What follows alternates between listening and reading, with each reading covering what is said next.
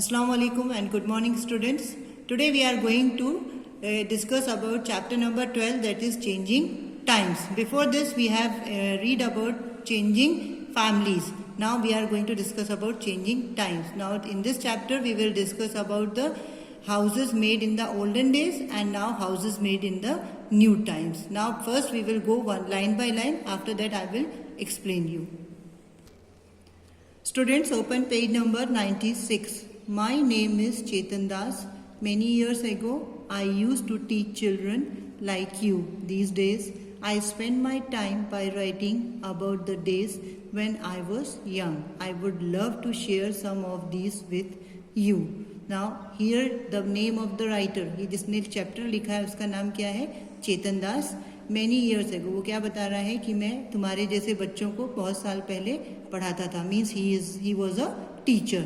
Now these days, आज के दिन में वो अभी इस टाइम में क्या कर रहा है, वो अपना टाइम कहे में स्पेंड करता है राइटिंग अबाउट द डेज. मतलब वो उसने जो यंग एज में जब वो जवान था उस टाइम पे उसने क्या क्या किया, कैसी लाइफ उसने स्पेंड की, उसके बारे में वो लिख रहा है. और वो हमें कुछ चीज़ें जो उसे बहुत पसंद थी वो हमारे साथ वो शेयर कर रहे हैं. टॉपिक वाइज ही is going to share with us. Now first topic is a big move. I remember the time when I was 9 years old. I must have been over 60 years ago. That was when we lived in Dera Ghazi Khan. Today this place is in Pakistan. At that time there were a lot of problems all around us. Now what he is saying, I remember the time. वो अपना time याद कर रहा है जब वो कितने साल का था, 9 years old था. It was, what was that time? 60 years ago. मतलब आज से 60 साल पहले की बात है. When he was living in डेरा गाजी खान. डेरा गाजी खान कहाँ पे है? वो आज की डेट में वो कहाँ पे है? पाकिस्तान में. अब वो प्लेस है पाकिस्तान में जिसका नाम है डेरा Ghazi Khan. At that time there was lot of problem. अब वो बता रहे हैं कि जब वो 9 years old था और जब वो डेरा गाजी खान में रहता था तो वहाँ पे बहुत सारे प्रॉब्लम्स थे जो उसको समझ में नहीं आ रहे थे. I could not understand what was happening. One day Baba told us that we had to leave our village and move to another place. I was sad to leave my house and my village. That was where I had all my friends. All of us, Baba, Amma, my younger brothers and sisters, and I took a train to come here near Delhi. Like us, many people from our area also moved. People were saying that our country was being divided into two, India and Pakistan. Many people from India went to Pakistan just like we moved to India. For some time, we all stayed in a camp. We lived in big tents that were put up in a huge ground.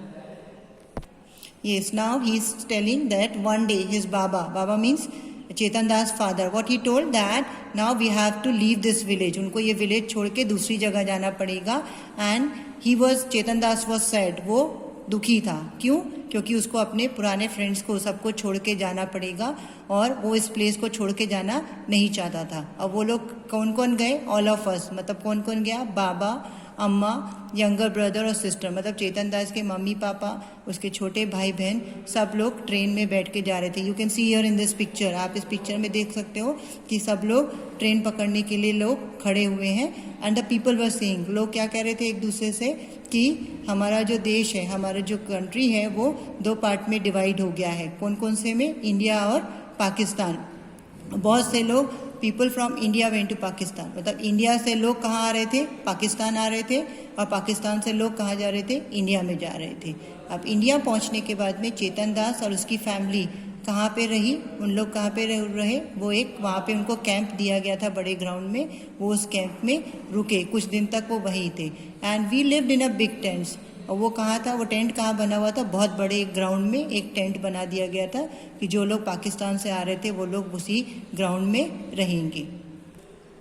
up till here, reading up till here, we come to know that this is a story. ये कौन सी story है? India और पाकिस्तान का जब partition हुआ था, जब India और पाकिस्तान को अलग अलग कर दिया गया था, ये उस टाइम की स्टोरी है. तो up till now we come to know that how they have leave the village. उन लोगों ने कैसे विलेज छोड़ा.